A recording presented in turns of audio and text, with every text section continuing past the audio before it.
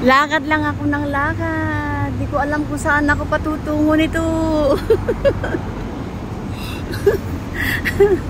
Tutuntunin ko na lang kung saan yung MTR.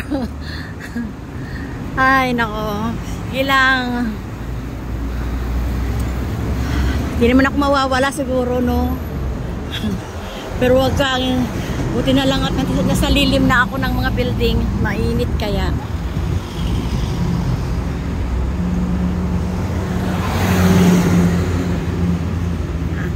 May mga araw naman ng MTR.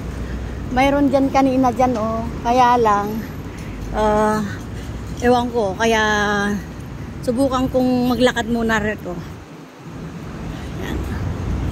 Pero okay naman, malilim naman ng ano. Wala na tayo sa anuhan ng araw. Kanina wala akong makita sa sobrang init. Ganda ng ano to dito. Ang taas ng building. Actually, first time kong pumarito, no?